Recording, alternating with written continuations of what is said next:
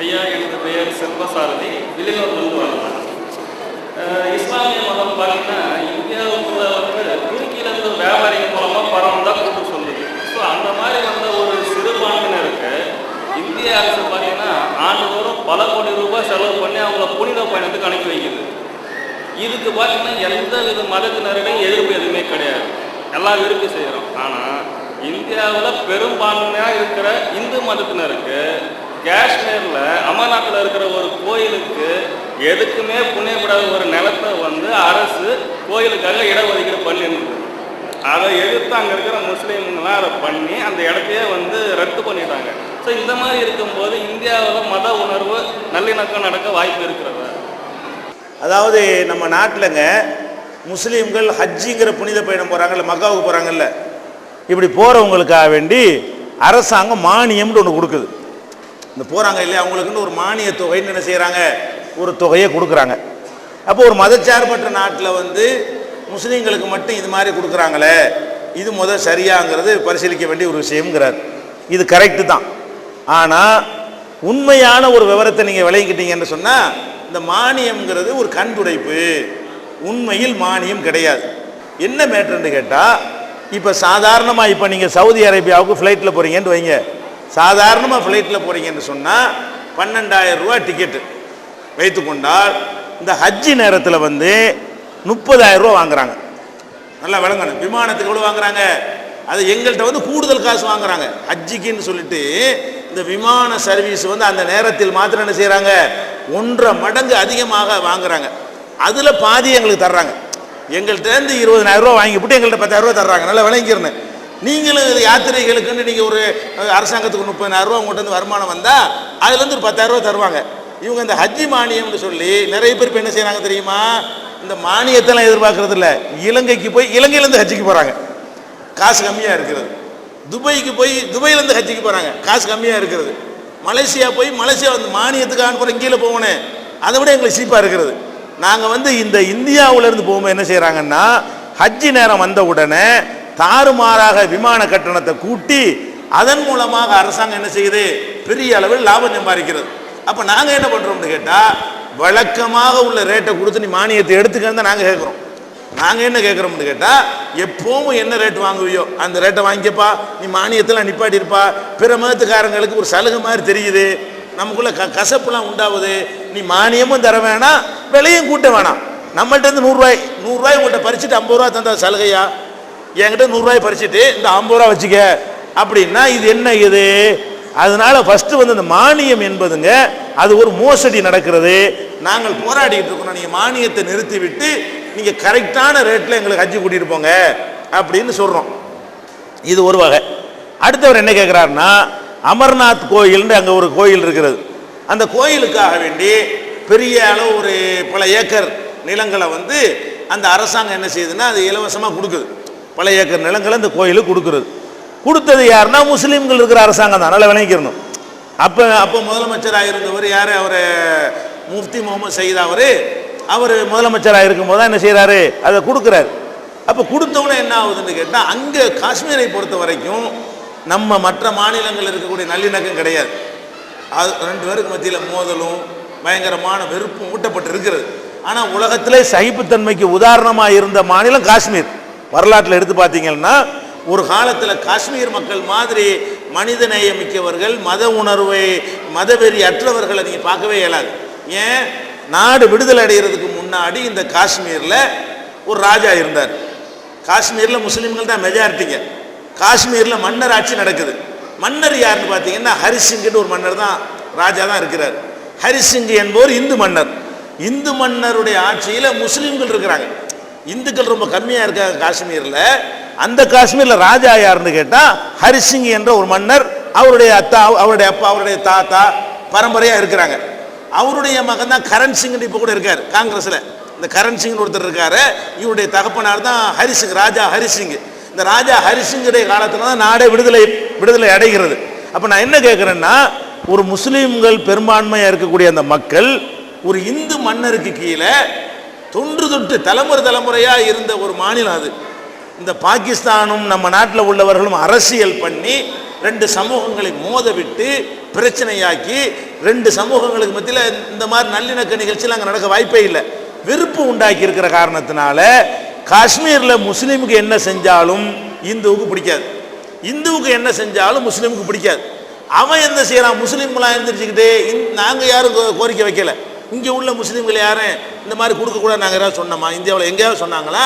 காஷ்மீரில் உள்ளவன் வந்து ரெண்டு பேரும் அந்த கீரியும் பாம்புமாக அவங்க பயங்கரமாக அடிக்கடி மோதிக்கொண்டும் சண்டையிட்டு கொண்டு இருக்கிற காரணத்தினால கோயிலுக்கு நீ இதை கொடுத்ததை நாங்கள் எதிர்க்கிறோன்னு சொல்லி அவங்க எதிர்த்து ஆர்ப்பாட்டம் பண்ண உடனே இவன் கொடுத்தது வாங்கிவிட்டான், திருப்பி பயந்துக்கிட்டு கலவரம் வருதுன்னு சொல்லி வாங்கணும்னு இவன் விட மாட்டேன்னு என்ன செய்யறான், இந்த ஜம்மு பகுதியில் இவன் மெஜாரிட்டியாக இருக்கிறான், காஷ்மீர் பகுதியில் அவன் மெஜாரிட்டியாக இருக்கிறான் சின்ன அளவில். அதனால இவன் இந்த கடை எடுப்பு நடத்தவன், ஹர்த்தால் நடத்தவன், லாரியை மறிக்க, இப்படியான ஒரு பிரச்சனைகள் போய்கொண்டே இருக்கிறதே தவிர இது தவறு. காஷ்மீரில் இருக்கிறவன் வந்து ஒரு அரசாங்கம் ஒரு நல்லிணக்கத்தை கருதி முஸ்லீமுக்கு ஏதாவது கொடுத்தா அது பிரச்சனையாக்கக்கூடாது, இந்துவுக்கு ஏதாவது கொடுத்தா பிரச்சனையாக்கக்கூடாது. அது காஷ்மீரில் போய் அவர் யோசிச்சு அழகாக செஞ்சுருக்கணும். இது ஒரு மாதிரியான ஒரு மாநிலம், இதில் வந்து கொஞ்சம் ஒரு டேக்டிஸாக அதை கையாண்டுருக்கணும். இது விளங்காமல் இவர் அரசியல் பண்ணி அதை ஒழுங்காக நடத்த தெரியாமல் நடத்தி நினைஞ்சிட்டாரு. இந்த முஃப்தி முகமது சயீது கெடுத்து விட்டு போயிட்டாரு. இது எங்களுக்கு அதில் உடன்பாடு கிடையாது. ஆனால் அங்கே பிரச்சனையாக்கி நினைஞ்சிட்டாங்க, ஒரு மத நிலைக்கு கெடுத்துருக்குறாங்க, உங்களோட சேர்ந்து நாங்களும் அதை கண்டிக்கிறோம். ஆனால் ஹஜ்ஜி மானியம்ங்கிறது மானியம் கிடையாது, அது வந்து எங்கள்கிட்ட இருந்து பிடுங்கிறது தான், எங்களுக்கு நஷ்டம் தான். அதை மட்டும் பதிவு பண்ணிக்கிறோம்.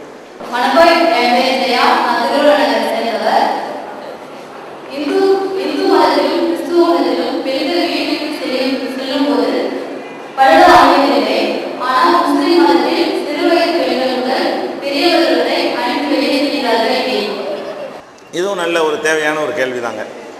ஏன்னா இதெல்லாம் உங்கள் உள்ளங்களில் உள்ளது. இது மாதிரி கேள்விகள் தான் வந்து ஒரு மதத்தை புரிந்து கொள்வதற்கு பயனுள்ளதாக இருக்கும். அதான் இஸ்லாம் மார்க்கத்தை பொறுத்த வரைக்கும்ங்க பெண்களுடைய உடை அதுக்கு ஒரு வரம்பு இஸ்லாம் சொல்லுகிறது. என்ன சொல்லு, அந்த கருப்பாக போடுறது வெள்ளையாக போடுறதுலாம் அது அவங்களுடைய விருப்பத்தை பொறுத்தது. புர்காங்கிறது ஒரு குறிப்பிட்ட ஒரு சைஸ் ட்ரெஸ்ஸுக்கு பேர் கிடையாது.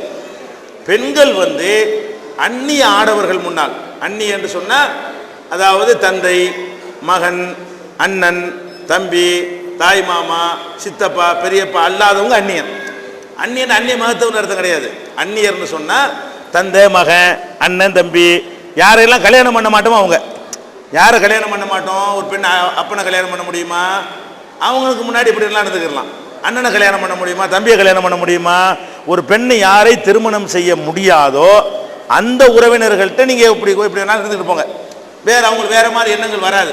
தகப்பன் பிள்ளையை பார்த்து வேறு மாதிரி எண்ணம் கொள்ள மாட்டான், அண்ணன் தங்கச்சியை பார்த்து வேறு மாதிரி எண்ணம் கொள்ள மாட்டான், அப்போ சித்தப்பன் தன்னுடைய அண்ணன் தம்பி அண்ணன் மகளை பார்த்து வேறு மாதிரி எண்ணம் கொள்ள மாட்டான். மற்றவர்கள் அந்நியர்கள் மத்தியில், அது முஸ்லீம் அந்நியர்களாக இருந்தாலும் சரி, இந்து அந்நியர்களாக இருந்தாலும் சரி, கிறிஸ்தவ அந்நியர்களாக இருந்தாலும் சரி, இந்த ரிலேஷனில் இல்லாதவங்களுக்கு முன்னாடி நீங்கள் சென்றால் உங்கள் முகம், கையை தவிர மற்ற பகுதிகளை மறைத்து கொள்ளுங்கள். குறிப்பிட்ட ஆடையெல்லாம் கணக்கு கிடையாது. முகம் தெரியணும், கண்டிப்பாக கை தெரியணும் இயங்குவதற்கு, மற்ற பகுதிகளை மறைத்து கொள்ளுங்கள். இதுதான் இஸ்லாம் சொல்லக்கூடிய கட்டளை. இந்த கட்டளைக்கு ஒவ்வொரு ஏரியாவில் ஒவ்வொரு விதமாக வடிவம் கொடுத்துக்கிடுவாங்க. தஞ்சை ஜில்லாவில் போனால் வெள்ளையாக ஒரு துப்பட்டியை போத்திக்கிடுவாங்க, இந்த பகுதிக்கு வந்தால் ஒரு கருப்பாக புர்காவை போட்டுக்கிடுவாங்க. ஒவ்வொரு பகுதிகளையும் ஒவ்வொரு விதமான ஒரு ட்ரெஸ்ஸை என்ன செய்கிறாங்க, கையாளுறாங்க. அந்த ட்ரெஸ்ஸுடைய அமைப்பை பற்றி இஸ்லாத்துக்கு கவலை கிடையாது. என்ன செய்யணும், முகம் தெரியலாம், கை தெரியலாம், மற்றது மறைச்சிக்கிறங்கன்னு சொல்லுது. இப்போ இது சரியா தவறா அது பார்க்கணும். தவறுன்னா அது திருத்தலாம். இப்போ நம்ம என்ன கேட்குறோம்னு கேட்டால், ஒரு ஆணையும் பெண்ணையும் எடுத்துக்கொண்டீர்களே ஆனால் ஆண்களை விட பெண்கள்கிட்ட வந்து ஈர்க்கக்கூடிய தன்மை அதிகம் இருக்கிறது. ஒரு ஆணை பார்த்து இப்படி விழுங்குற மாதிரி பொம்பளை எல்லாம் பார்க்க மாட்டான். அவனுக்குதான் போகிற ஒரு ஆம்பளையும் பார்த்துக்கிட்டு பொம்பளை ரசிக்கிட்டு இருப்பான்னு ரசிக்கிட்டு இருக்க மாட்டான். பெண்கள் ஆண்களை பொறுத்தவரைக்கும் என்ன செய்யறான், பெண்களை வந்து பல விதங்களில் ரசிக்கக்கூடியவனாக இருக்கிறான். இதை யாருமே மறுக்க இயலாது. நீங்கள் நடைமுறையில் நீங்கள் பார்த்தா கூட இப்போ சினிமா போடுறாங்கல்ல, சினிமாவில் என்ன செய்கிறான்னு கேட்டால் பொம்பளையில் ஈர்க்கணும். அதுக்கு என்ன மாதிரி காட்சி வைப்பான், ஒரு அழுக காட்சி வச்சு விட்ருவான். பொம்பளையை ஈர்க்கிறதுக்கு என்ன செய்வான், அங்கே அப்படி கண்ணீர் கொட்டுற மாதிரி 2 காட்சி வச்சா தான் என்ன செய்வாங்க, பொம்பளையே போவாங்க. ஆம்பளையை இருக்கணும், அதுக்கு என்ன பண்ணுவான், ஒரு பொம்பளை அரகுற ட்ரெஸ்ஸாக விட்டுருவான். அப்போ பொம்பளையை ஒரு மாதிரியாக காட்டினா ஆம்பளை இழுக்கப்படுறதை நீங்கள் இந்த சினிமாக்காரங்கலேருந்து நீங்கள் கற்றுக்கலாம். இப்படி தான் காட்டுறாங்க. அப்போ ஆம்பளைக்கு என்ன பண்ணுறான்டா, கதாநாயகன் எடுத்துக்கிறங்களேன், அவன் ஃபுல் பேண்ட் போட்டிருக்கிறான், கை ஃபுல் ஹேண்ட் சட்டை போட்டிருக்கிறான். அவனுங்கதா எதுவுமே தெரிய மாட்டேங்குது. ஒரு ஆம்பளையை முழுசாக காட்டுற, அது மட்டும் கோட்டு வர போட்டுக்கிறான், டை வர போட்டுக்கிறான், இப்படி எல்லாம் ஒரு ஆம்பளையை காட்டுறானே. பொம்பளையை காட்டும் போது மட்டும் ஏன் அப்படி இடையில பிறகு கொடுக்குறான்? அப்படி எதுக்கு ஜன்னல் வைக்கிறான் ஜாக்கெட்ல? எதுக்கு இடையில உள்ளதெல்லாம் தெரிகிற மாதிரி காட்டுறான்? அப்போ அதெல்லாம் பார்க்குறோம். அந்த அந்த அந்த நல்லா தெரிகிறது. இது வேணும்னு பண்ணுறாங்க. பொம்பளைய போக பொருளாக்குறான். பொம்பளைய ஒரு ஏதோ காம பொருள் மாதிரி நினைக்கிறானே தவிர எல்லாரும் பார்த்து ரசிக்கிறது இதெல்லாம் அர்த்தம். போக பொருள் உரிமைன்னு பேசுகிறாங்களே, இது பெண்களை கேவலப்படுத்தா இல்லையா? ஆம்பளையோ டீசெண்டாக காட்டுற மாதிரி ஒரு பொம்பளையும் தன்னோட அறிவை கொண்டு ஆண்களை கவரக்கூடாதா? மக்களை கவரக்கூடாதா? தன்னுடைய ஆற்றலை கொண்டு கவரக்கூடாதா? திறமையை கொண்டு கவரக்கூடாதா? உடம்பை வச்சு தான் கவரணுமா? பெண்களில் வந்து கவருவதற்கு எதை வச்சு கவர பார்க்குறான்? அவ்வளோ வேணாங்க. கிரிக்கெட் விளையாடுறாங்க, டென்னிஸ் விளையாடுறாங்கன்னு வைங்களேன். ஆம்பளை டென்னிஸ் விளையாடுவான், அவனுக்கு தொட வரைக்கும் டவுசரு. பொம்பளை டென்னிஸ் விளையாண்டா இங்கே வரைக்கும். பார்த்துருக்கீங்களா? ஒரே விளையாட்டு தானே. அது ஆம்பளைக்கு வந்து தொட வரைக்கும் முழங்கால் வரைக்கும் டவுசர் போட்டு விட்டுருக்குற, பொம்பளைக்கு எதுக்கு ஏற்றுற? அந்த குதிக்கும் போது அந்த பார்க்கணுமா? அதுதான் மேட்ரு. வேற என்னது? இவன் டென்னிஸ் பார்க்க போகிறது கிடையாது. அப்போ எது எடுத்தாலும் பாருங்கள், ஸ்கூலில் பார்த்தீங்கன்னா ஆம்பளைகளுக்கு ஃபுல் பேண்ட் போட்டு சொல்லுவான். பொம்பளைகளுக்கு என்ன செய்வான்னா மினி கவுன் போட்டு வாமா, குட்டைப்பாவாடையை போட்டு வாங்குறான். அதாவது யூனிஃபார்ம் சில ஸ்கூலுகளில். நான் கேட்குறேன், யார் கூட மறைக்கணும்? கூடுதலாக ஆம்பளை மறைக்கணுமா பொம்பளை மறைக்கணுமா? ஒரு வீட்டில் இருக்கிறோம், ஒரு ஆம்பளை இருக்கிறான். இப்போ நான் எங்கள் வீட்டில் இருக்கிறேன்னு வைங்க, நான் சட்டையை கழட்டி போட்டு பனியன் இல்லாமல் நான் வீட்டில் இருப்பேனா இல்லையா? என் அக்கா முன்னாடி அப்படி இருப்பேன், என் தங்கச்சி முன்னாடி கூட நான் அப்படி இருப்பேன், என் மகள் முன்னாடி இருப்பேன், பொண்டாட்டி முன்னாடி இருப்பேன். இப்படி இருக்கிறோம். அதே மாதிரி பொம்பளை வந்து வீட்டுக்கு வந்தவுடனே சேலை எங்கள்கிட்ட ஜாக்கெட்டையும் கழட்டி போட்டு கீழே ஒரு அப்படி வச்சுட்டு இருக்க முடியுமா? அண்ணன் முன்னாடி இருக்க முடியுமா? அப்போ நம்ம நல்லா விளங்குறோம். ஆம்பளையும் பொம்பளையும் ஒரே அளவில் மறைக்கக்கூடியது இல்லை, கொஞ்சம் வித்தியாசம் இருக்கிறது. அப்போ நான் என்ன கேட்குறேன்னு கேட்டால், இந்த உலகத்தில் செயல்படணும், இயங்கணும். இயங்குவதற்கு, முன்னேறுவதற்கு, படிக்கிறதுக்கு, வேலை பார்க்கறதற்கு, பதவி வகிப்பதற்கு முகமும் கையும் தெரிஞ்சால் போதுமா போதாதா? இப்போ நம்ம எடுத்துக்கிறோமே, நம்ம நாட்டுக்கு பிரதமர் இருக்கிறார் மன்மோகன் சிங். அவருக்கு மூஞ்சி மட்டும்தான் தெரியுது, பிரதமர் ஆக முடியலையா? அவர் தொப்புளையா காட்டினாரு? இல்லை, ஒரு நாட்டில் பிரதமர் ஆகுறதுக்கு வந்து வைத்த காட்டி தான் அவர் பிரதமர் ஆனவரா? அவருக்கு என்னமா தெரியுதா? தலையை கூட மறைச்சிக்கிறார். அவர் தலப்பா கூட நினைக்கிறாரு, அதையும் மறைச்சிக்கிறாரு. இப்போ இந்த மூஞ்சியும் மறைச்சிக்கிறார். இந்த இவ்வளவுதான் தெரியுது. ஒரு மனிதனுக்கு இவ்வளவுதான் தெரிகிறது. அவருக்கு நாட்டுக்கு பிரதமர் ஆக முடியுதுல. வாஜ்பாய் நரக்கல் டவுசர் போட்டுட்டா பிரதமராக இருந்தார். வாஜ்பாய் பார்த்தா அவர் கோட்டு சூட்டு ஷேர்வானின்னு ஒன்றுக்கு மேலே ஒன்று போட்டு போட்டு 7 ட்ரெஸ்ஸை போட்டு இப்படி நிற்கிறார். அப்போ எல்லாமே ஒரு ஆண்கள் வந்து எல்லாத்தையும் மறைத்து கொண்டு அவர்களால் முன்னேற முடியுதா இல்லையா? இப்போ நான் ஒரு ஃபுல் ஹேண்ட் போட்டுக்கொண்டு நான் உலக வாழ்க்கையில் நான் செயல்பட முடியுதா? எனக்கு என்ன தெரியுது? உங்களுக்கு முகம் தானே தெரியுது. என்னுடைய முகம் தானே உங்கள் எல்லாருக்கும் தெரியுது. உங்கள் முகம் தானே எனக்கு எல்லாருக்கும் தெரியுது. ஏன் பெண்கள் மாத்திரம் நல்லா தெரிஞ்சுக்கிட்டு கூடுதலாக காட்டுறீங்க? ஆம்பளையும் முகத்தை காட்டுறான், நீங்கள் முகத்தை காட்டு போக வேண்டியது தானே. பெண்கள் என்ன செய்கிறாங்க? நாங்கள் வேணுமுண்டு நல்லா பாருங்கள், பஸ்ஸில் போயிட்டு இருப்பாங்க. பஸ்ஸில் போயிட்டு இருக்கும்போது அவங்களுக்கே தெரியும் அந்த ஆம்பளை வந்து எங்கே கண்ணு போகுது, இப்படி இப்படி இழுத்து இழுத்து போத்துறது. என்னது உனக்கு தெரியுதுல்ல, அவன் கண்ணு அங்கே தான் வருதுன்னு ஏன் அதை காட்டாமல் போயிட வேண்டிய ஆரம்பத்திலேயே நல்லா தெரியும். இப்படி இப்படி பார்ப்பான், மறுபடியும் பார்ப்பான், அந்த சைடில் பார்ப்பான். எதுக்கு நம்ம நல்லா தெரியும், இதை தான் பார்க்குறான். அப்போ தெரியும் போது இது எதுக்கு நமக்கு தேவையா? இப்படி செய்யலாமா? ஒரு ஆணுடைய மனசில் ஒரு சபலத்தை உண்டாக்கக்கூடியவர்களாக பெண்கள் இருக்கும் பொழுது அந்த சபலத்தை நம்ம உண்டாக்கி ஒருத்தனை கெடுக்கலாமா? ஆண்கள் அப்படி தான் இருக்கிறான், அலமோதக்கூடியவனாகத்தான் இருக்கிறான். பெரும்பாலான ஆண்கள் ரொம்ப கண்ட்ரோலாக கட்டுப்பாடாக இருக்கிறவங்க 10% கூட இருக்க மாட்டான்னு நான் நினைக்கிறேன். அப்போ அந்த மாதிரி இருக்கக்கூடிய ஒரு நேரத்தில் இவங்க ஏன் இப்படி வந்து நடக்கிறாங்க? சரி, சட்டை தான் போடுறோம், மறைக்கிறதுக்கு தானே போடணும், அதுக்கு முதல்ல ஒரு ஜன்னல் எப்படிலாம் வருதுன்னு பாருங்கள். ஃபேன்சியா ஜன்னல் வேறு அப்படி இப்படி ஓட்ட ஓட்டையாக விட்டு அது எதுக்கு காட்டணும்? என்னத்துக்காக வேண்டியதை பண்ணுறீங்க? சரி, முதுவை மறைக்க வேண்டியான பின்னாடி பார்த்தா இவ்வளோ தாங்க இருக்குது. ஜாக்கெட்டில் பின்னாடி பார்த்தா இந்த 2 இன்ச்சுக்கு தான் இருக்குது, மீதி உள்ள முதுவெல்லாம் தெரியுது. இது எதுக்குன்னா இது வந்து ஒரு ஆணை தூண்டுமா தூண்டாதான்? தூண்டி கொண்டு இருக்குதா இல்லையா? டிஎன்டிஜே வீடியோ விஷன், டிஎன்டிஜேவின் மார்க்க விளக்க குறுந்தகடுகள் PJ Shamsulluha, MI Sulaiman, MS Sulaiman, Althafi மற்றும் மார்க்க அறிஞர்களின் உரைகள் அடங்கிய சீடிகள் வெறும் ₹20 மட்டுமே. கடந்த ரமலானில் சகோதரர் பிஜே அவர்கள் ஆற்றிய இஸ்லாம் கூறும் பொருளியல் தொடர் சொற்பொழிவு கிட்டத்தட்ட 27 மணி நேர நிகழ்ச்சி 3 டிவிடிகளில் விலை ₹100 மட்டும். மொத்த விற்பனையாளர்களுக்கு கழிவுகள் உண்டு. கிடைக்கும் இடம் டிஎன்டிஜே வீடியோ விஷன், நம்பர் 30, அரண்மனைக்காரன் தெரு, மண்ணடி, சென்னை 1. உணர்வு முஸ்லிம் சமுதாயத்தின் நம்பர் 1 தமிழ் வார இதழ். உறங்கி கிடந்த முஸ்லிம்களின் உணர்வுகளை தட்டி எழுப்புவதில் 13 ஆண்டு கால வரலாற்று சாதனை படைத்த ஒரே இதழ் உணர்வு. செய்திகளில் நடுநிலைமை, விமர்சனங்களில் நேர்மை, சமுதாய செய்திகளுக்கு முன்னுரிமை, இஸ்லாத்தின் எதிரிகளை அடையாளம் காட்டுதல், அரசியல், ஆன்மீகம் பற்றிய கேள்விகளுக்கு ஆணித்தரமான பதில்கள், ஆய்வு கட்டுரைகள், பல சுவையான அம்சங்களுடன் வெளிவரும் உணர்வின் வாசக சமுத்திரத்தில் நீங்களும் சங்கமமாகுங்கள். ஆண்டு சந்தா உள்நாடு ரூபாய் 400, வெளிநாடு ரூபாய் 2300, தனி இதழ் ரூபாய் 8. உங்கள் டிராஃப்ட்களை Muslim media trust number 7 Vadamaraikar street 2nd floor Mannady Chennai 1 என்ற முகவரிக்கு அனுப்பி வையுங்கள். Email unarvu@readifmail.com. திருக்குர்ஆன் தமிழாக்கம் பி ஜெய்னுலாபுதீன். தேவைப்படும் வசனங்களுக்கான தெளிவான விளக்கங்கள், அரபு கலை சொற்களுக்கான விளக்கங்கள், எந்த தலைப்பை பற்றிய வசனத்தையும் மிக எளிதாக தேடி எடுக்கும் வகையிலான விரிவான பொருள் அட்டவணை. நபிகள் நாயகம் ஸல்லல்லாஹு அலைஹி வஸல்லம் காலம் முதல் இன்று வரை குர்ஆன் பாதுகாக்கப்பட்ட வரலாறு, குர்ஆன் இறைவனின் வார்த்தைகள் என்பதற்கான அடுக்கடுக்கான சான்றுகள், இத்துடன் அழகிய வடிவமைப்பு, உயர்தரமான பைண்டிங். விலை ரூபாய் 240 மட்டுமே. வெளியீடு Moon publications, number 3, post office தெரு, மண்ணடி, சென்னை 1. Phone number 65690810. சமூகத்துல கூட்டமா போறதுனால நீங்க சேஃப்டியா இருக்கிறீங்க. தனியா மட்டும் இருந்தீங்கன்னு சொன்னா, அது மாதிரி ஒருத்தன் பார்த்துக்கிட்டான்னு சொன்னா ஒண்ணு கிடக்கும் ஆயிரமா இல்லையா? ஒண்ணு கிடக்கும் ஆகுறது மட்டும் இல்ல, கற்பு மட்டும் போவாது. கற்பழிச்சு விட்டு என்ன செய்வான், உசுரோட விட்டா சாட்சி சொல்லிடுவான்னு கொலை பண்ணி விடுவான். பெண்களுடைய உயிருக்கே உழ வைக்கக்கூடியது அது. அதெல்லாம் நம்ம என்ன செய்யறோம்னு கேட்டா, நீங்க புருக்காக இருக்க அந்த கற்பனையை விட்டுருங்க. பொதுவாக வெளியே வரக்கூடிய நேரத்தில் நம்மிடத்தில் ஆண்கள் எதை ரசிக்கிறார்களோ, எந்த இடத்துல ஆண்களுடைய கண்கள் மேயுமோ அந்த இடங்களை நம்ம என்ன செய்வோம், நம்ம குடும்பத்துக்கு புருஷனுக்கு மட்டும் உள்ளதாக வைத்துக் கொள்வோம், நம்ம வீட்டுக்குள்ள மட்டும் வைத்துக் கொள்வோம். அதான் ஒரு பெண்ணுடைய கண்ணியம்.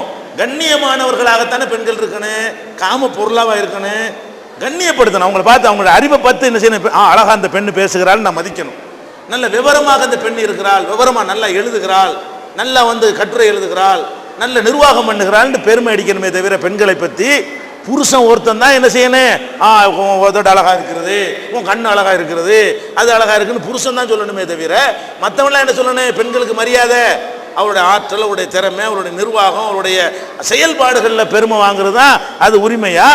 அல்லது இந்த மாதிரி நம்ம கவர்ச்சியாக பிறருக்கு பார்த்து அப்படி ரசிக்கிறது பெருமை? அதில் என்ன பெருமை இருக்குது?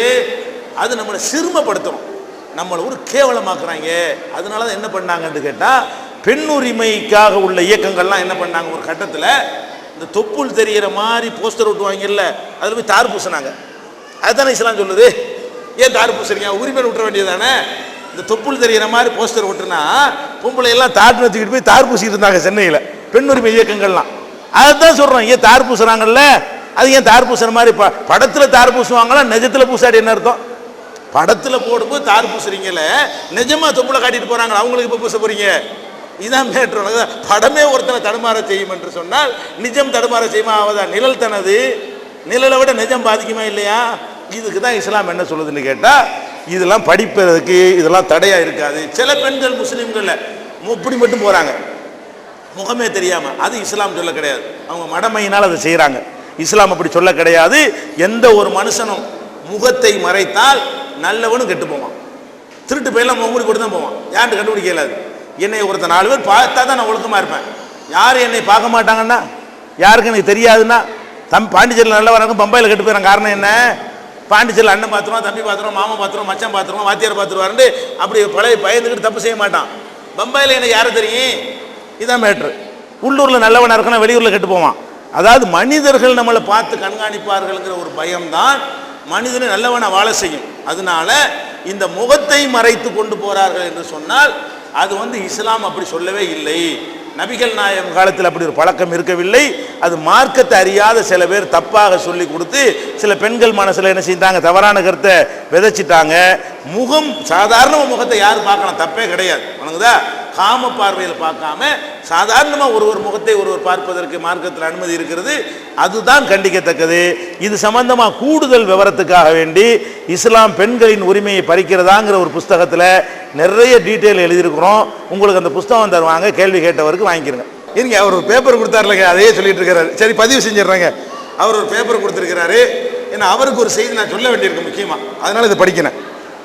அதாவது இந்து மத வெறியர்கள் டிசம்பர் 6 புரட்சியாளர் அம்பேத்கர் நினைவு தினத்தன்று அதே நாளில் பாபர் மசூதியை விஹெச்பி, ஆர்எஸ்எஸ், பிஜேபி பற்றி அறைகோல் விடுங்கள், நான் உங்களுடைய பேச்சுக்களை அடிக்கடி பார்ப்பேன். குறிப்பு நான் தந்தை பெரியார் கொள்கை உடையவன் எழுதியிருக்கிறார். இதில் வந்து அரைகோள்லாம் விட வேணும், விளங்குதா? இந்து மக்கள் யாரும் இந்த பயங்கரவாதத்தையெல்லாம் ஆதரிக்கல. நல்லிணக்கம் பேணக்கூடியவர்களும் அதிகமாக இருக்கிறாங்க. அவங்க தனிமைப்படுத்தி வச்சிருக்கிறாங்க, அதை விட்டுருவோம். ஆனால் உங்களுக்கு நான் சொல்ல வேண்டிய விஷயம் என்னன்னு கேட்டால், அவர் வந்தார்ல இது கொடுக்குறதுக்கு, வந்தவொன்னே என்ன செஞ்சாருன்னா குனிஞ்சி என் காலை தொடுற மாதிரி வர்றாரு. இது வந்து நல்ல இது வந்து பெரிய டேஞ்சரானது. அது பெரியார் கொள்கையில் இருக்கிறேன்னு சொல்றாரு. நீ என்ன செய்யணும்னு கேட்டால், மனிதனை மனித நிலைக்கு மேலே மதிக்கிறதான் எல்லா விதமான மூட நம்பிக்கைக்கும் காரணமே, மூல கர்த்தாவே அதுதான். எந்த ஒரு மனிதனும் நான் ஒரு பேசுகிறேன், அந்த மகான் ஆகிடுவேன்னா நடிக்கிறது கூட பேசலாம். நான் சொல்லக்கூடியது வந்து பொய்யா கூட இருக்கலாம். நான் நல்லவனா கெட்டவனாடி எனக்கும் என்னை படைத்த இறைவனுக்கும் தெரியுமே தவிர உங்களுக்கு தெரியுமா? ஒரு மனுஷன் பெரிய தலப்பா கட்டியிருந்தா நல்லவன், காவி துண்டு போட்டால் நல்லவன், பச்சை ட்ரெஸ் போட்டால் நல்லவன், ஜெபமாலை ஊட்டியிருந்தா அதெல்லாம் நமக்கு முடியாது. அதெல்லாம் ஒரு ஒரு 100 ரூபா செலவழிச்சு அந்த ட்ரெஸ்ஸை போட்டுக்கலாம். அதனால் நீங்கள் என்ன நினைக்கக்கூடாது, இவர் நல்லா பேசுகிறாரு அதனால் பெரிய மகான் கடவுளுக்கு வேண்டி வரானா? எதுக்கு ஒரு மனிதனுடைய கால் தலை என்பது எவ்வளோ பெரிய கிரீடம், அதை கொண்டு கீழே தாழ்த்தலாமா யாருக்கா வேண்டி? நம்முடைய தலை தான் எல்லா விதமான புலன்களும் 6 அறிவு அங்கே தான் இருக்குது. கையிலெல்லாம் ஒரு அறிவு தான் இருக்கிறது. தலையில் தான் பார்க்குற அறிவு இருக்கிறது, தலையில் தான் கேட்குற அறிவு இருக்கிறது, தலையில் தான் முகந்து பார்க்குற அறிவு இருக்கிறது, தலையில் தான் சுவைக்கிற அறிவு கூட இருக்கிறது, தலையில் தொடுகிற அறிவு கூட இருக்கிறது, தலையில் தான் சிந்திக்கிற அறிவு இருக்கிறது. சுவை, ஒளி, ஊர், ஓசை, நாற்றம் என்று சொல்லக்கூடிய 5 புலனும் 6வதாக சிந்திக்கிறது சேர்ந்திருக்கக்கூடிய கிரீடமே தலை.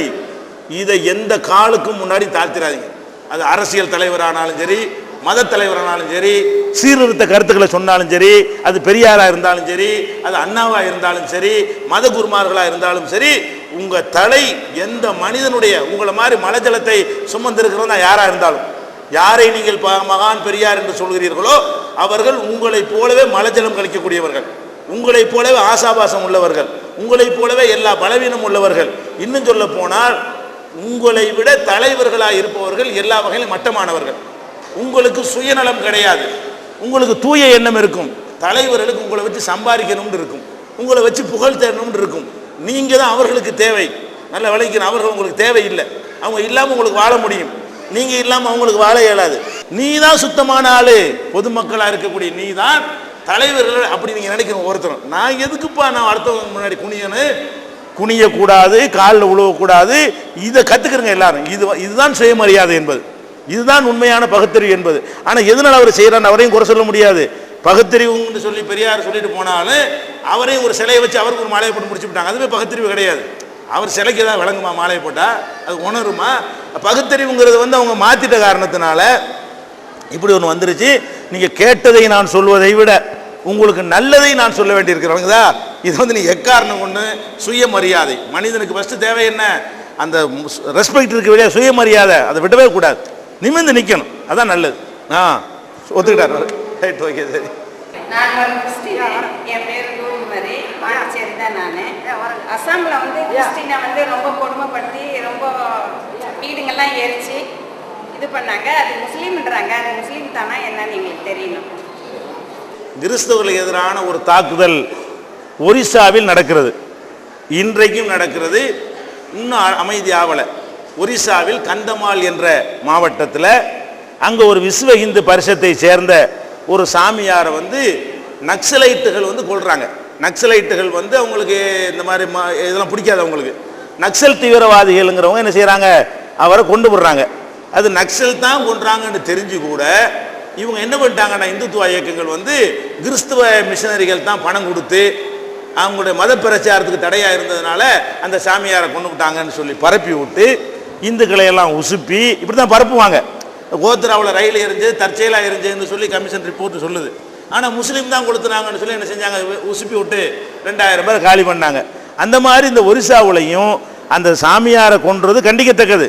பஜ்ரங் தளத்தை சேர்ந்த அந்த தலைவரை கொன்றது யார் கொன்றாலும் இது நல்ல வழிமுறை கிடையாது. ஆனால் யார் செஞ்சா அவனையில பிடிக்கணும்.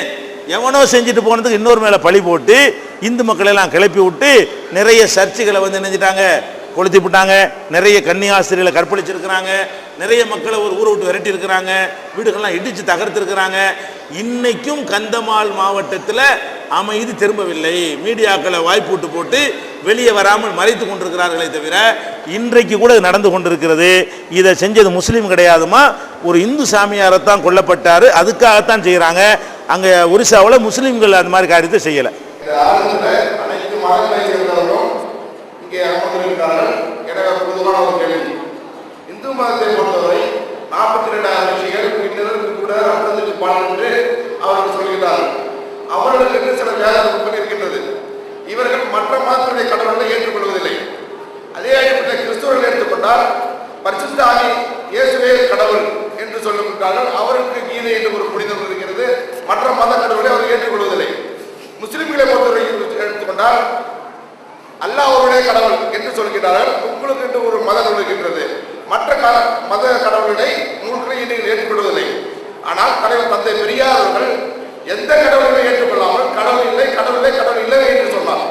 எனவே உங்களை பொறுத்த வரைக்கும் கடவுள் நம்பிக்கையிலே உங்களுடைய கருத்து என்ன, மத அடிப்படை மத நூல்களிலே உங்களுடைய கருத்து என்ன என்பதை தெளிவாக குறிப்பிடுகிறீர்கள். இந்துக்கள் அவர்கள் சிலரை கடவுள் என்று வைத்திருக்கிறார்கள், கிறிஸ்தவர்கள் சிலரை கடவுளுங்கிறாங்க, முஸ்லீம்கள் நீங்கள் அல்லாஹ்வை கடவுளுங்கிறீங்க. பெரியார் வந்து கடவுளே தேவையில்லை இல்லைன்னு சொன்னார். உங்கள் கருத்து என்ன அப்படிங்கிறத கேட்குறாரு. இப்போ நம்முடைய கருத்து என்னன்னு கேட்டால், நாங்கள் தான் முஸ்லீம் தானே, உங்களுக்கு தெரியுமே, முஸ்லீமுக்கு ஒரு கருத்து தான் இருக்கும், நடிக்க முடியாது, மறைக்க முடியாது. எங்களுடைய கருத்து என்னன்னு கேட்டால், இந்த அகில உலகத்தையும் படைத்து பராமரிக்கக்கூடிய ஒரே ஒரு சூப்பர் பவராகிய கடவுள் ஒருவன் இருக்கிறான் அப்படின்னு நாங்கள் நம்பணும். இதுதான் எங்களுடைய மதத்தினுடைய கொள்கை. இதில் என்ன நீங்கள் கேட்டால், கடவுள் இல்லைன்னு பெரியார் சொன்னார்ல, அதுதான் பகுத்தறிவு என்று நிறைய பேர் நினச்சிக்கிட்டு இருக்கிறாங்க. கடவுள் இருக்கிறார் என்பது பகுத்தறிவா, கடவுள் இல்லை என்பது பகுத்தறிவா? இதை நீங்கள் சிந்திச்சு பார்க்கணும். பகுத்தறிவுண்டா என்னன்னு கேட்டால், காரண காரியங்களை வைத்து பார்ப்பதை விட மேலதிகமாக உள்ளதை விளங்குறதுக்கு பேர் தான் பகுத்தறிவு. பார்க்கறது தான் விளங்குறதுக்கு பேர் பகுத்தறிவு கிடையாது. ஆடு கூட விளங்கும், ஒரு ஆடு கூட அதனுடைய எஜமானை கரெக்டாக கண்டுபிடிக்கும், அதுக்கு பகுத்தறிவுன்னு சொல்ல முடியுமா? ஒரு நாய் கூட தன்னுடைய எஜமானை கரெக்டாக என்ன செய்யும், கண்டுபிடிக்கும். ஆடு ஒரு புல்லை போட்டால் திங்கி, இறைச்சியை போட்டால் திங்காது. இதை நம்ம சாப்பிடணும், இதை சாப்பிடக்கூடாதுன்னு எதுக்கு தெரியும்? ஒரு ஆட்டுக்கு தெரியும். பழமொழி கூட சொல்லுவார்கள், புலி பசித்தாலும் புல்லை தின்னாதுன்னு சொல்லி. அப்போ பிரித்து பார்க்குதுல, அது புளிக்கு போய் புல்லை போட்டால் திங்குமா? நம்ம சாமானை கொண்டு வான்னு சொல்லிவிடும். அப்போ பார்த்தோன்னு அதுக்கு தெரியுது நம்ம சாப்பிட்ற பொருள் இல்லை, இதை தான் நம்ம சாப்பிடணும். இப்படி எல்லாம் சில விஷயங்களை பார்த்தீங்கன்னு சொன்னால், எல்லா ஜீவன்களையும் பார்த்து அறியக்கூடியவைகளாக இருக்கின்றன. மனிதன் மட்டும்தான் பார்த்தும் அறிவான், பார்த்ததை டெவலப் பண்ணி அறியக்கூடியவனாக இருக்கிறான். மனுஷனுக்கு மட்டும்தான், அதுக்கு பேர் தான் பகுத்தறிவு என்பது. இப்போ நம்ம என்ன செய்கிறோம்? கடவுளை நீங்கள் பார்த்தீங்களா? பெரியாருடைய வாதம் என்னன்னு சொன்னால், கடவுளை யார் பார்த்தது? அப்போ பார்த்தத்தான் அறிகிறங்கிற பகுத்தறிவா? பார்த்து அறிகிறதுக்கு பேர் பகுத்தறிவே கிடையாது. பகுத்தறிவு வேணாம். பார்த்து அறிகிறதுக்கு என்ன தேவையில்லை, ஒரு ஆட்டுக்கு இருக்கிற அறிவு போதும், ஒரு மாட்டுக்கு இருக்கிற அறிவு போதும் பார்த்து அறிகிறதுக்கு. அப்போ அதனால பள்ளத்தை பார்த்து போகுது, தண்ணியை பார்த்தா ஒதுங்கிக்கிறது, சேத்துல போய் இறங்குது ஆடு மாடெல்லாம், கரெக்டாக போகுதுல அதனுடைய பாதையில். அப்போ பகுத்தறிவு என்ன? நம்ம என்ன செய்கிறோம்? பயங்கர புழுக்கமாக இருக்குங்க, நீங்கள் என்ன விளங்கிறீங்க? இங்கே திரும்பியே நீங்கள் பார்க்கல, கட்டும் வெயில் அடிக்குன்னு விளங்குறீங்கல்ல. வெயிலை போய் பார்த்தீங்களா? இப்போ வெயிலை பார்க்கல, ஆனால் வெயிலுடைய விளைவு உள்ள உட்காந்து பார்க்குறீங்க. பாடியெல்லாம் வேகுது, காலையில் இருந்த மாதிரி இப்போ இல்லை. அநேகமாக இது நல்லா பயங்கரமான, இது 40 டிகிரி இருக்கும், 35 டிகிரி இருக்கும்னு என்ன செய்கிறீங்க? உங்கள் பாடி சொல்கிற தகவலை கேட்டு நம்புறீங்க. அப்போ நம்ம என்ன கேட்குறோம்? நீங்கள் வெயிலை போய் பார்த்தியா அப்படின்னு நம்ம கேட்குறது இல்லை. அப்போ இந்த வெப்பத்தினால் அந்த வெயில் இருக்கும். ஒரு இடத்துல பயங்கரமாக புகை தென்படுது, அதை பார்க்குறோம், அந்த இடத்துல ஏதோ நெருப்பு பிடிச்சிருச்சின்னு விளங்குறோம். நெருப்பையா பார்த்தோம்? பார்த்தது புகையை, விளங்குனது நெருப்பை. அப்போ புகையை விளங்குறோம், இந்த புகை இருந்தால் இதுக்கு பின்னாடி இதுதான் இருக்கும் அப்படின்னு விளங்குறோம் இல்லையா? அதுக்கு பேர் தான் பகுத்தறிவு. அப்போ பகுத்தறிவுனா நம்ம என்ன விளங்கிக்கணும்னு கேட்டால், நம்ம சிந்திச்சு பார்க்கணும். இந்த அருக்கு இந்த போடியம் இருக்கிறது, இது ஒரு போடியம், பலகையில் செய்யப்பட்ட ஒரு போடியம் இருக்கிறது. இந்த போடியத்தை நான் சொல்கிறேன், உங்கள்கிட்ட சொல்கிறேன். என்ன சொல்கிறேன்? இந்த போடியம் இருக்குல்ல, இந்த இடத்துல ஒரு மரம் இருந்தது, அந்த மரம் தன்னால் கீழே விழுந்தது, தன்னால் அறுத்து கொண்டது, தன்னால் இப்படி ஜாயிண்ட் ஆனது, தன்னால் இது உண்டானுச்சுன்னு சொன்னால் நீங்கள் ஒத்துக்குவீங்களா? ஆனால் கிறுக்கு பிள்ளை இது பிற தன்னால் உண்டாகும், இதை வந்து யாராவது செஞ்சு தானே உண்டாகும்னு சொல்கிறீங்களா? இல்லையா? அப்போ இதை வந்து இது தன்னால், இந்த சாதாரண ஒரு போடியம் தன்னால் உண்டாகாது என்று நம்முடைய அறிவு சொல்லும் பொழுது, இந்த அண்ட சராசரம், இந்த சூரியன், இந்த பூமி, இந்த அகிலங்கள் எல்லாமே தன்னால் உண்டானுச்சுங்கிறது நம்ம ஏற்றுக்கிறோம். இது தன்னால் உண்டானுச்சுன்னா நம்ம ஏற்றுக்கிற மாட்டேங்கிறோம். இது தானாக உண்டாயிருச்சுன்னு சொன்னால் நீங்கள் ஏற்றுக்கிற மாட்டேங்கிறீங்க. இது தானாக உண்டாயிருச்சுன்னா ஏற்றுக்கிற மாட்டேங்கிறீங்க. ஆனால் இந்த சூரியன் தானாக உண்டானுச்சு, சந்திரன் தானாக உண்டானுச்சு, இதுக்கு பின்னாடி எவனுடைய திட்டமும் இல்லை அதுல அவ்வளோ நுணுக்கமாக இருக்கிறது. ஒரு பிளான் பண்ணி திட்டமிட்டவன் உருவாக்கினால் எப்படி இருக்குமோ அப்படி இந்த சூரிய சந்திரனுடைய கோள்களுடைய இயக்கங்கள் இருக்கிறதா? தாறுமாறா ஒரு பொருளை போட்டு உடைக்கிறேன், தாறுமாறா உடையும், அதில் ஏதாவது ஒழுங்கு இருக்குமா? இருக்காது. ஆனால் இப்படி கலட்டுறேன், பாட்டாக கலட்டுறேன், இது சிஸ்டமாக இருக்குன்னு அர்த்தம். கலட்டுற மறுபடியும் மாட்ட முடியும், பேட்டரியை தனியாக, மூடியை தனியாக, சிம் கார்டை தனியாக, ஒன்னொன்னே கலட்டுறேன். இப்போ இந்த உலகத்தை எடுத்துக்கொண்டால் இதை தூக்கி போட்டு உடஞ்சா 72 சில்லா போகுமே, அந்த மாதிரி இயங்கி கொண்டிருக்கிறதா? இதில் ஒவ்வொரு பாட்டாக கலட்டி பார்ப்போமே, அந்த மாதிரி ஒவ்வொன்றிலையும் ஒரு ஒழுங்கு இருக்கான், ஒரு சிஸ்டம் இருக்குதான்னு பாருங்க. சிஸ்டம் இல்லாமல் இருந்துச்சுன்னு வைங்க, அதான் உண்டாயிருச்சுன்னு சொல்லிட்டு போங்க. அது ஒரு சிஸ்டமும் அதில் ஒரு ஒழுங்கும் ஒரு கண்ட்ரோலும் ஒரு கட்டுப்பாடும் ஒரு டைமிங்கும் இருக்குமே. ஆனால் அப்போ நீங்கள் என்ன முடிவுக்கு வரணும்? இதுக்கு சூரியனுக்கு அறிவு கிடையாது. அப்போ அறிவு உள்ள ஆற்றல் உள்ள ஒருத்தன் உண்டாக்காமல் இது உண்டாயிருக்கான்னு தானே முடிவுக்கு வரணும். இப்போ சூரியனை எடுத்துக்கிட்டோம்னு சொன்னால் நீங்கள் ஒரு வருஷம்ங்கிறீங்க. ஒரு வருஷம்டா என்ன? அதாவது இந்த பூமி வந்து சூரியனை ஒரு ரவுண்ட் அடிக்கக்கூடிய காலம் ஒரு வருஷம். இங்கேருந்து ஆரம்பித்த பூமி இப்படியே சுற்றி இப்படி வந்துருச்சுன்னு சொன்னால் ஜனவரி 1ஆம் தேதிக்கு இந்த இடத்துல இருந்தால் அடுத்த ஜனவரி 1க்கு இங்கே இருக்கும். இதுதான் மேட்ரு, இதான வருஷங்கிறது. இது என்னைக்காவது மாறி இருக்குதா? 365 நாள். இந்த நாளில் இந்த பூமி என்ன செஞ்சிருது? ஒரு சூரியனை ஒரு சுற்றி முடிச்சிருது. அந்த நாளை போட்டு தான் 4 வருஷத்துக்கு ஒருக்கா லீப் வருஷம்னு என்ன செய்வாங்க? ஒரு நாள் கூட்டிக்கிடுவாங்க பிப்ரவரியில். அந்த காலாக போட முடியாது இல்லையா? அதுக்கு தான் 365 காலாக போட்டு 4 காலையும் சேர்த்து 4வது வருஷத்தில் சேர்த்து விட்றாங்க கணக்கு. அப்போ நம்ம வேண்டா கணக்கு வைக்கிற தப்பு பண்ணுறோம். அது அந்த நாள் விட மாட்டேங்குது. நம்ம கூட நாளை விட்டுட்டு என்ன செஞ்சிடறோம்? 365 சொல்லிட்டு தெரியும். அது என்ன பண்ணுது? கரெக்டாக சுற்றுது. அந்த சுற்றுரை வேகம் எந்த மாதிரி சுற்றுது? இப்போ பாண்டிச்சேரியில் நம்ம உட்காந்துருக்குறோம். இன்னைக்கு எத்தனை மணிக்கு சூரிய மறையும்னு சொல்ல முடியாதா? பாண்டிச்சேரியில் இன்னைக்கு சன்செட்டு எத்தனை மணிக்கு சொல்ல முடியாதா? முடியும். ஏன் சொல்ல முடியுது? சிஸ்டமாக இருக்கு, சொல்ல முடியுது. இன்னைக்கு விட்டுருவோம். 2008 3008 டிசம்பரில் எப்போ மறையும் இன்னைக்கு சொல்ல முடியுமே? பாண்டிச்சேரியில் 3008ஆம் ஆண்டு டிசம்பர் மாதம் இதே தேதியில் சூரியன் எத்தனை மணிக்கு எத்தனை நிமிஷத்துக்கு மறையும் என்று 1000 வருஷத்துக்கு பிந்தி, இப்போ 2008ங்க, 1000 வருஷத்துக்கு பிந்தி இந்த சூரியன் இந்த ஊரில் எத்தனை மணிக்கு மறையும்னு சொல்ல முடியாதா? சொல்ல முடியும். இப்போ கணிச்சு சொல்ல முடியும். இப்போ கணிச்சு இப்போ கணக்கு பண்ண என்ன செய்ய முடியும்? உடனே சொல்ல முடியும். அப்போ நான் என்ன கேட்குறேன், இன்னொரு 1000 வருஷம் கழிச்சாலும் எத்தனை மணிக்கு பாண்டிச்சேரியில் மறையும், எத்தனை மணியில் சென்னைக்கு மறையும், எத்தனை மணிக்கு வந்து மதுரையில் மறையும், எத்தனை மணியில் அமெரிக்காவில் மறையும் என்று சொல்ல முடியுமானால் இது எவ்வளவு நுணுக்கத்தோடவும் எவ்வளவு திட்டத்தோடவும் எவ்வளவு ஒழுங்கோடவும் படைக்கப்பட்டிருக்கிறது. விளங்குதா இல்லையா? இவ்வளோ வேண்டியதில்லை. நீங்கள் புரிஞ்சுக்கிறதுக்காக நான் உங்களுக்கு சொல்கிறேன். கன்னியாகுமரிக்கு போனீங்கன்னு சொன்னால் காந்திக்கு ஒரு நினைவு மண்டபம் வச்சுருக்கிறாங்க. கன்னியாகுமரியில் காந்திக்காக ஒரு நினைவு மண்டபம் வச்சுருக்கிறாங்க.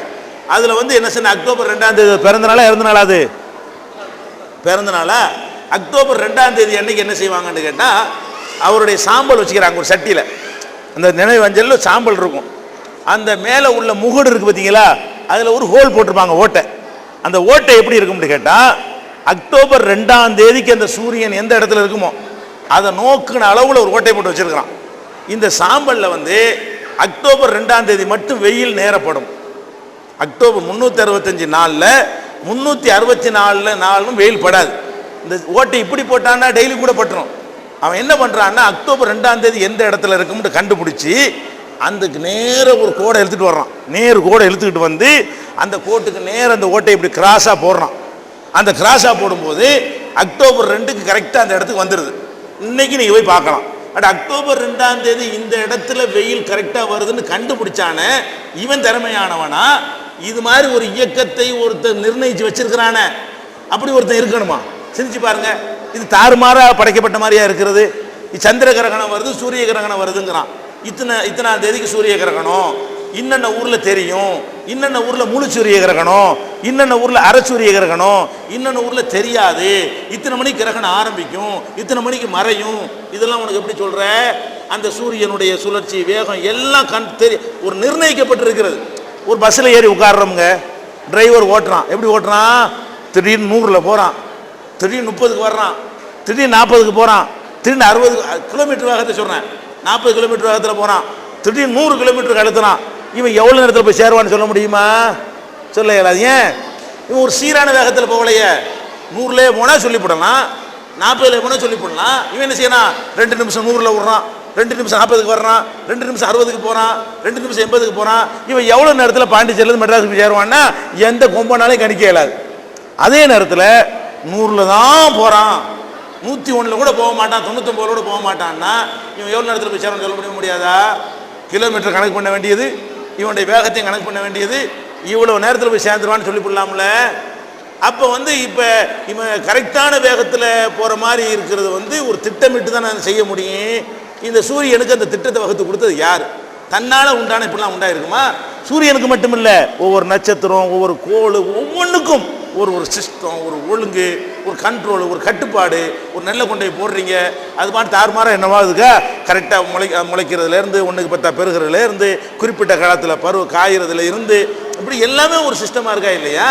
அப்போ குழந்தை என்னத்தை எடுத்துக்கொண்டாலும் சரி அதை பார்த்தோம்னு சொன்னால் அதுவா உண்டானால் எப்படி இருக்குமோ அப்படி இருப்பது இல்லை. இப்போ நம்ம உலகத்தில் ஒரு களிமண்ணை எடுத்துக்கிறேங்க, களிமண்ணை உருட்டி வீசுகிறேன், இது எப்படி போய் படும்? பல துண்டுகளாக போய் இப்படி விழுவும், சிதறல்களாக விழுவும். அப்படி இந்த உலகம் இருந்துச்சுன்னா நீ என்ன பண்ணிட்டு போங்க, அதான் உண்டாயிடுச்சுன்னு போங்க. அவன் உருட்டி கைவண்ணத்தை காட்டி அழகாக அலங்காரம் பண்ணி ஒரு செம்பாக ஒரு குடம் அப்படி வச்சான்னு சொன்னால் தன்னா உண்டாயிடுச்சுன்னு அப்படி சொல்லுவீங்க? இது இப்படி தானாக உண்டாயிடுச்சு நீ சொல்லுவீங்கன்னு சொல்ல முடியாது. அப்போ அதில் ஒரு அந்த வேலையை பார்க்குறோம், இதெல்லாம் ஒரு விவரம் உள்ளவனுடைய கை அதில் தெரியுது. இதை செஞ்சவனை நீங்கள் பார்க்கல, இந்த திறமை செஞ்சவனை உங்களுக்கு காட்டுதா இல்லையா? இந்த மைக்கு செஞ்சவன் நீங்கள் பார்த்தீங்களா? பார்க்கலங்கிறனால இந்த மைக்கு யாரும் செய்யலாண்டாயிருமா? இந்த மைக்கு செஞ்ச யாரையும் நீங்கள் பார்க்கல, அந்த மைக்கு செஞ்சவனை நான் பார்க்கவில்லை, அதனால இந்த மைக்கு யாரும் செய்யவில்லை, அதுவாக உண்டாவிட்டு யாராவது சொல்லுவீங்களா? சொல்ல மாட்டீங்க. வேறு பார்ப்பீங்க, இதில் என்ன பேசுனான் கம்மியாக தான் பேசுகிறான், இங்கே வரைக்கும் எடுத்து தருது, விவரமான பயங்கர நாளாக இருப்பான் செஞ்சவன். அது செஞ்சவனை மட்டும் வழங்க மாட்டீங்க, செஞ்சவனுடைய ஆற்றல், திறமை, அவனுடைய எல்லாமே வழங்குமா? சேர்த்து வழங்குமா? வழங்காதா? அப்போ நம்ம என்ன செய்யணும்னு கேட்டால் ஒரு பகுத்தறிவு நம்ம உள்ளவர்கள் சிந்திச்சு பார்க்கணும். இந்த அண்ட சராசரங்களுடைய இயக்கங்களை எல்லாம் பார்த்தால் கண்டிப்பாக ஒரு படைப்பாளன் இருக்க வேண்டும். பெரியார் இந்த கொள்கையை சொன்ன காலத்தில் விஞ்ஞானிகள்லாம் ஒரு கருத்தில் இருந்தாங்க. என்ன கருத்தில் இருந்தாங்கன்னா, இந்த உலகம் தோன்றுவதற்கு ஒரு படைப்பாளன் இருக்க தேவையில்லை அப்படின்ற ஒரு கருத்தில் இருந்தாங்க. அதுக்கு பிறகு வந்த கொள்கை என்ன சொல்லிருச்சுன்னா, இப்போ உள்ள விஞ்ஞானிகள் ஏகமானதாக என்ன சொல்லிட்டாங்கன்னு கேட்டால், இந்த உலகம் பெருவெடிப்புனால தான் உண்டானது. இதுதான் இப்போதைக்கு கண்டுபிடிக்கப்பட்ட ஒரு தியரி. பெருவெடிப்புனா என்ன? நம்ம பூமி, சூரியன், சந்திரன், சுக்கிரன், வியாழன், செவ்வாய், என்னென்ன கோள்கள் இருக்குதோ எல்லாமே ஒரு பொருளாக இருந்தது. இந்த பூமி, சூரியன் எல்லாம் ஒரு பொருளாக இருந்துச்சான். அப்போ எல்லாம் சேர்ந்து ஒரு பொருளாக இருந்தால் எவ்வளோ பெருசாக இருக்குன்னு? பூமி இவ்வளோ பெருசாக இருந்தால் எல்லாம் சேர்ந்து அவ்வளோ பெருசாக இருக்கணும்ல. ஆனால் எல்லாம் சேர்ந்து ஒரு பொருளாக இருந்தது. அது எப்படிப்பட்ட பொருளாக இருந்தால் சின்ன ஒரு கடுகாக இருந்ததான். இப்போ கண்டுபிடிச்சிருக்கிறாங்க. அது வெடிச்சதில் அது அப்படியே மல்டிப்ளை பண்ணி எப்படி அணுகுண்டு போட்டோன்னா பல குண்டுகளை அதை தன்னால் உண்டாக்குகிறதோ அந்த மாதிரி பல்கி பெருகி தான் இவ்வளோ உண்டானுச்சின்னு சொல்லும் பொழுது அதை கண்டுபிடிச்சவன தான் கண்டிப்பாக ஒரு படைப்பாளன் உட்கார்ந்து வேலை செய்கிறான். வெடித்ததுனால மட்டும் இது வரல. இந்த கடுகு வெடித்தா கடுகு அளவுக்கு தான் அதனுடைய ரிசல்ட் கிடைக்கணும். அதனுடைய விட 50 கிராம் பொருளை வெடித்து 500 கிலோ அதுலேருந்து கிடைச்சா என்ன அர்த்தம்? 50 கிராம் பொருளை வெடிக்க வச்சுட்டு அந்த துகள்களும் 50 கிராம் இருந்துச்சுன்னு சொன்னால் படைப்பாளன் தேவையில்லைன்ட்டு போங்க. 50 கிராம் பொருளை வெடிக்கிறோம், 5000 கிலோ துகள் வருதுன்னா என்ன அர்த்தம்? அது அங்கே அறிவு செயலிழந்து போய் படைப்பாளன் இருக்கிறான் என்பதை இன்னைக்கு விஞ்ஞானிகள் சொல்கிறாங்க. அதை விளக்கக்கூடிய அந்த புஸ்தகம் நம்ம சகோதரர் ஒருத்தர் எழுதியிருக்கிறாரு. அந்த நூல் ஒன்று அவருக்கு கொடுப்போம். அப்போ படைப்பாளன் இன்றைக்கு விஞ்ஞானிகள், நான் சொல்லலை இதை, இன்றைக்கு விஞ்ஞானத்தை கரகண்டு பிடிச்ச பெரியார் காலத்தில் கண்டுபிடிக்க விஞ்ஞானம் சூரியன் தான் வெடித்து பூமி உண்டானுச்சுன்னு அவர் சொன்னார். அப்படி அவர் எழுதியிருக்கிறார். அந்த மாதிரி கண்டுபிடிப்பு தப்பான கண்டுபிடிப்பு. அந்த காலத்தில் அவர் கடவுள் தேவையில்லைன்னு சொல்லியிருக்கலாம். இன்றைய விஞ்ஞானிகள் கடவுள்னு ஒருத்தன் இல்லாமல் இது உண்டாயிருக்க இயலாது. நம்ம அறிவுக்கு ஆன்சர் பண்ண முடியாமல் ஒரு மறைமுக சக்தி இதில் இருக்கிறது என்பதை கண்டுபிடித்திருக்கிறார்கள். அதனுடைய ரிப்போர்ட்டு, பாகம், பக்கம், டீட்டெயில்ஸோடு உள்ள விவரங்கள் உங்களுக்கு அந்த புஸ்தகம் உங்களுக்கு தருவாங்க. அல் குர்ஆன் கூறும் அறிவியல் உண்மைகள் அந்த புஸ்தகத்தை உங்களுக்கு தருவாங்க. அதில் நீங்கள் அறிந்து கொள்ளலாம் கடவுள் கண்டிப்பாக இருக்கிறார். அது ஒரு விஷயம். அடுத்து என்னன்னு கேட்டால் அவர் இன்னொரு கேள்வி, இவர் இயேசுவ கடவுளுங்கிறாரு, நீங்கள் அல்லாஹ் கடவுளுங்கிறீங்க, அவங்க கண்டதையும் கடவுளுங்கிறாங்க, நீங்கள் எதை ஏற்றுக்கிறது அப்படிங்கிற அடுத்தது வர்றாரு. நீங்கள் நல்லா சிந்திச்சு பாருங்கள். கடவுள்னு ஒருத்தரை நம்புகிறோம். கடவுளுங்கிறவர் இஸ்லாம் என்ன சொல்லுதுன்னு கேட்டால், கடவுளுங்கிறவர் நம்மளை விட மேலே உள்ளவராக இருக்கணும், நம்மளை மாதிரி உள்ளவராக இருக்கக்கூடாது, சாப்பிட்றவராக இருக்கக்கூடாது, குடிக்கிறவராக இருக்கக்கூடாது, தூங்குறவராக இருக்கக்கூடாது, பசி எடுக்கிறவராக இருக்கக்கூடாது, தோக்குறவராக இருக்கக்கூடாது, சாவுறவராக இருக்கக்கூடாது, பலவினராக இருக்கக்கூடாது. இப்படி எல்லாம் இஸ்லாம் சில இலக்கணங்களை சொல்லுகிறது.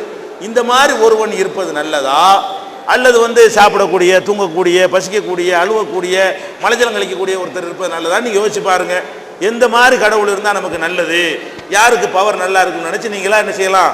ஒரு கடவுள் நம்ம அறிவை கொண்டு தீர்மானித்து யார் யாருக்கு எது நல்லதுன்னு படுதோ அதை எடுத்துட்டு போயிருங்க. அவ்வளோதான். டிஎன்டிஜேயின் சமுதாய பணிக்கு உதவிடுங்கள். ஆதரவற்ற முதியோர்களுக்கு அடைக்கலம் கொடுத்து அவர்களை தாயன்புடன் அரவணைத்து அவர்களின் தேவைகளை பூர்த்தி செய்து உணவு, உடை, உறைவிடம் அளித்து மருத்துவ உதவிகளையும் மனிதாபிமானத்தோடு செய்து வருவது தமிழ்நாடு தௌஹீத் ஜமாத். நன்கொடைகள் அனுப்ப விரும்புவோர் தமிழ்நாடு தௌஹீத் ஜமாத் என்ற பெயரில் இந்தியன் வங்கி மண்ணடி கிளை கணக்கு எண் 788274827 என்ற அக்கவுண்ட் நம்பருக்கு டிராஃப்ட் ஆகவோ காசோலையாகவோ அனுப்பலாம். மணி ஆர்டர் மூலமும் அனுப்பலாம். நீங்கள் அனுப்ப வேண்டிய முகவரி தமிழ்நாடு தௌஹீத் ஜமாத், இலக்கம் 30, அரண்மனைக்காரன் தெரு, மண்ணடி, சென்னை 1. தொலைபேசி 25215226.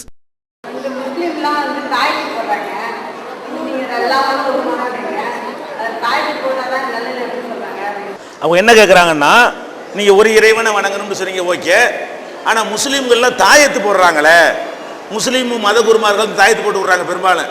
இந்த தாயத்து போடுறதுங்கிறது அதை ஏன் நீங்கள் வச்சுக்கிறீங்க? ஒரு இறைவன் சொன்னால் தாயத்து எதுக்குன்னு கேட்குறாங்க. தாயத்தை பொறுத்த வரைக்கும் இஸ்லாத்துக்கும் தாயத்துக்கும் சம்பந்தம் கிடையாது. நபிகள் நாயகம் சொன்னார்கள், யார் ஒருத்தன் தாயத்து போடுகிறானோ அவன் இறைவனை மறுத்து விட்டான். தாயத்தில் என்ன ஒரு எழுதி மாட்டோம்னு அவர்கள்லாம் வந்துருமாமா? இது மதகுருமார்கள் பிழைக்கிறதுக்கு செஞ்சது, இஸ்லாத்தில் கிடையாது.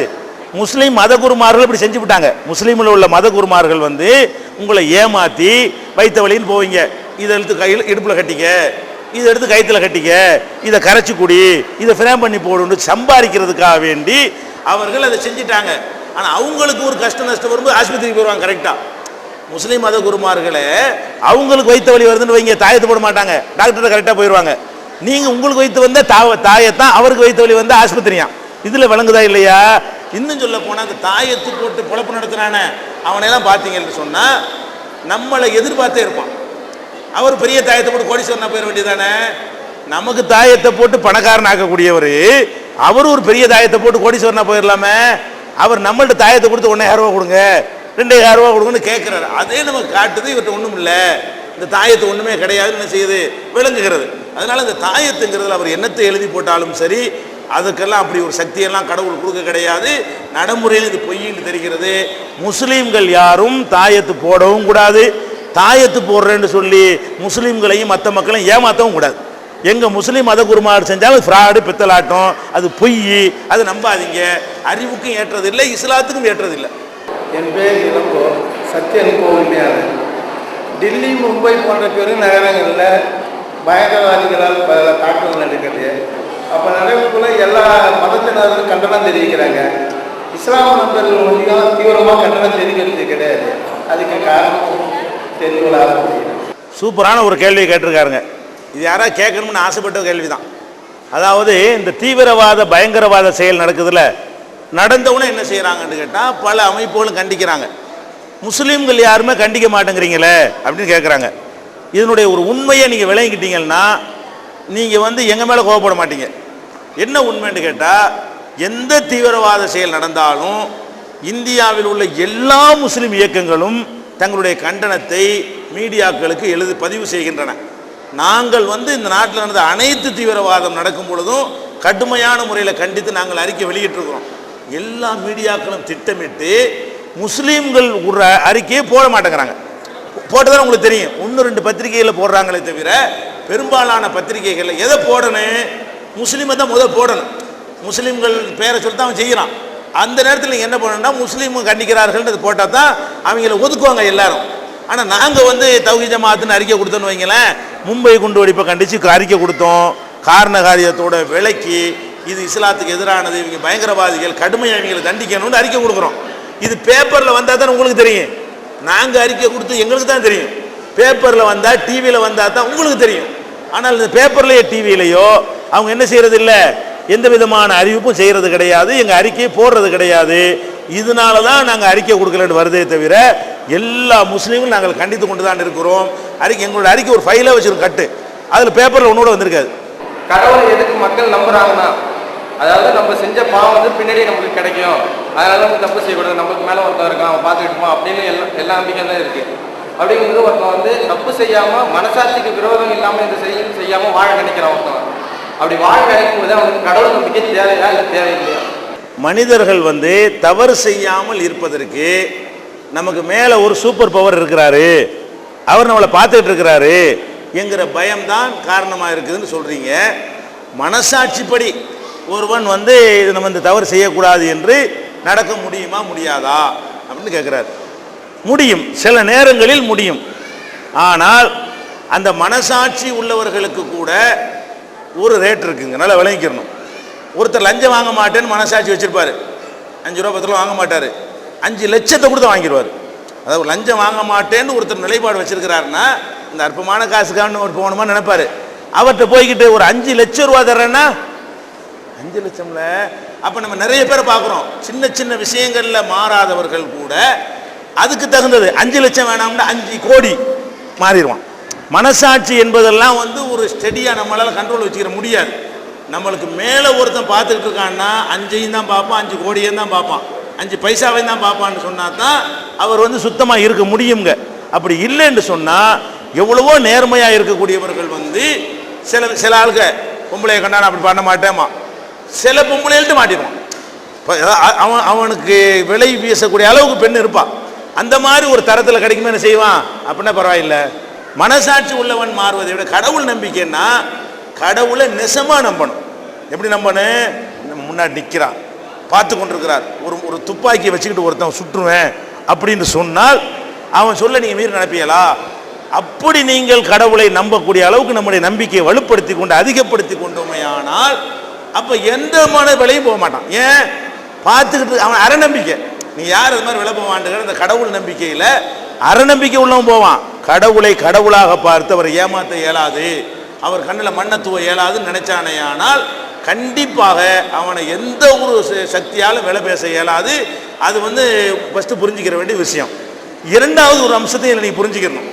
இந்த கடவுள் நம்பிக்கையினால் வரக்கூடிய நன்மையில் நீங்கள் இந்த உலகத்தில் பார்க்குறீங்க, கெட்டவன்லாம் என்ன செய்கிறான்னா நல்லா இருக்கிறான், 7 கொலை பண்ணவன் நல்லா இருக்கிறான், ஊர் அடித்து உலையில் போட்டவன் நல்லா இருக்கிறான், எனக்கு ரொம்ப அநியாயம் பண்ணியிருப்பான், நான் கஷ்டப்படுவேன், அநியாயம் செஞ்சுட்டு நல்லா இருப்பான். அப்போ என் மனசாட்சி என்ன சொல்லுது? நியாயமே கிடைக்காதா, நேர்மையே கிடைக்காதா, இப்படி தான் நான் நியாயம்தான் தோற்று போகணுமா, அநியாயம்தான் கை ஓங்கணுமா அப்படின்னு நினைக்கும் பொழுது நான் என்ன நிலைக்கு வருவேன்னு கேட்டால், ஆமாடா என்னடா நல்லவனாக நினைத்துடா கண்டேன், இந்த கெட்டவன நல்லா தானே இருக்கான், வீடு வாங்கிட்டான்ல, கார் வாங்கிட்டான்ல, நான் தானே கஷ்டப்பட வேண்டியிருக்கு, என் அப்பனை தானே கொன்றாங்க, நான் தானே போய் சிரமப்பட்டு இருக்கிறேன் அப்படின்னு நினைத்தீர்களே. ஆனால் மனவியாதிக்கு ஆளாகி ஒரு சுமை தாங்கி கிடைக்காம போயிடுவீங்க. அதே நேரத்தில் இப்படி ஒரு கடவுள் பார்த்துட்டு இருக்காருன்னு சொன்னால், அடே இன்னைக்கு ஆட்டம் போடுறா, நாளைக்கு கடவுள் எல்லாம் கேட்பார்ல, அங்கே பார்த்துக்கிறேன் உன்னையன்னு சொன்னால் நமக்கு உலகமே வழங்காத ஒரு நீதியை கடவுள் வழங்குவார் நினைக்கும் பொழுது நம்ம சுமை இறக்கி வச்சிடறோம். சுமை தாங்கி மனிதனுக்கு வந்து டென்ஷன் அதிகமாக்காம அவனுடைய சுமையை இறக்கி ஒரு இடத்துல வைக்கிறது எந்த இடத்துல சாத்தியமாகும்? இந்த மாதிரி கட்டத்தை நீங்கள் சந்திக்கும் பொழுது வெக்ஸ் ஆயிடுவீங்க. இந்த மனசாட்சின்னு மட்டும் சொல்லி கொண்டு இருந்தால் அப்போ மனசாட்சி படிக்கிறீங்களா, அவன் அதில் கிடைச்ச நன்மை என்ன, உங்களுக்கு ரிசல்ட் என்ன? மனசாட்சி நீ கெட்டவன் நல்லா இருக்கிறானே, அடித்தவன் கை ஓங்கி இருக்குதே, அடி வாங்கினவன் கை கீழே போயிட்டு இருக்குதே, அவன் என் பணத்தை சுருட்டி வச்சுக்கிட்டு இருக்கிறானே, நான் இழந்துட்டு நிற்கிறேனே என்ற அளவிற்கு வரக்கூடிய மனிதன் அவன் எதை கொண்டு ஆறுதல் அடைவான்? அவனுக்கு மருந்து என்ன?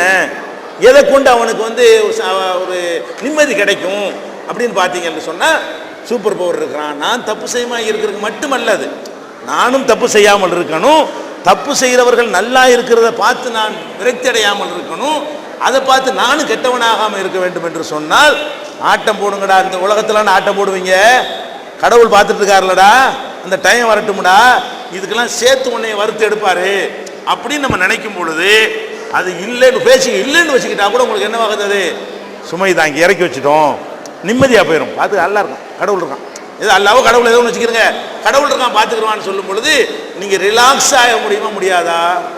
மனோதத்துவ ரீதியாக நம்முடைய சுமைகளை இறக்கி வைக்கிறதுக்கான சுமை தாங்கியாக இது அமையும். அதனால கடவுள் நம்பிக்கை நம்ம நன்மை தான் தருமே தவிர ஒரு காலத்தில் கேடு தராது. வெறும் மனசாட்சி மட்டும் நினைச்சீங்கன்னா நீங்க சொல்றபடி அதுல உறுதியா இருந்தாலும் இந்த கட்டத்தில் உங்களுக்கு ஆன்சர் பண்ண முடியாது. இந்த இடத்துல தோத்து போயிடுவீங்க. அன்பிற்குரிய சகோதரர்களே, எங்களுடைய அழைப்பை ஏற்று இங்கே பேரார்வத்தோட கேள்விகளை கேட்டீங்க. நாங்கள் உங்களுக்கு செய்து கொடுக்குற வசதிகளில் உங்களுக்கு குறைவுகள் இருந்திருக்கலாம், எங்களுடைய பேச்சுக்களில் உங்களை புண்படுத்தக்கூடிய சொற்கள் இருந்திருக்கலாம், அல்லது சில விளக்கங்கள் உங்களுக்கு திருப்தி இல்லாமல் இருக்கலாம். எந்த மாதிரியான குறைபாடு இருந்தாலும் நீங்கள் மனம் பொறுத்து கொள்ளுமாறு கேட்டு நன்றி கூறி நிறைவு செய்கிறேன். அஸ்ஸலாமு அலைக்கும். அஸ்ஸலாமு அலைக்கும். அன்பார்ந்த சகோதர சகோதரிகளே, உங்கள் அனைவருக்கும் அந்த ஓரிரு சாந்தியின் சமாதானம் உண்டாவதாக. எங்களின் அழைப்பை ஏற்றுக்கொண்ட சகோதர சகோதரிகள் அனைவருக்கும் மற்றும் ஒளிவுடைய அமைத்து தந்த சகோதரர்களுக்கும் மற்றும் பொருளுதவி செய்தவர்களுக்கும் மண்டபம் வழங்கியவர்களுக்கும் காவல்துறையினருக்கும் பத்திரிகையாளர் மற்றும் தொலைக்காட்சி நிறுவன அனைவருக்கும் எங்களின் மனமார்ந்த நன்றியை கூறிக்கொண்டு இத்துடன் நிகழ்ச்சி முடிவு செய்திருக்கிறோம். சுபானக்கெல்லாம் அபிநந்திக அல்லா இல்லாமல் அடுத்த வஸ்தாவிற்கு அல்லாஹ்.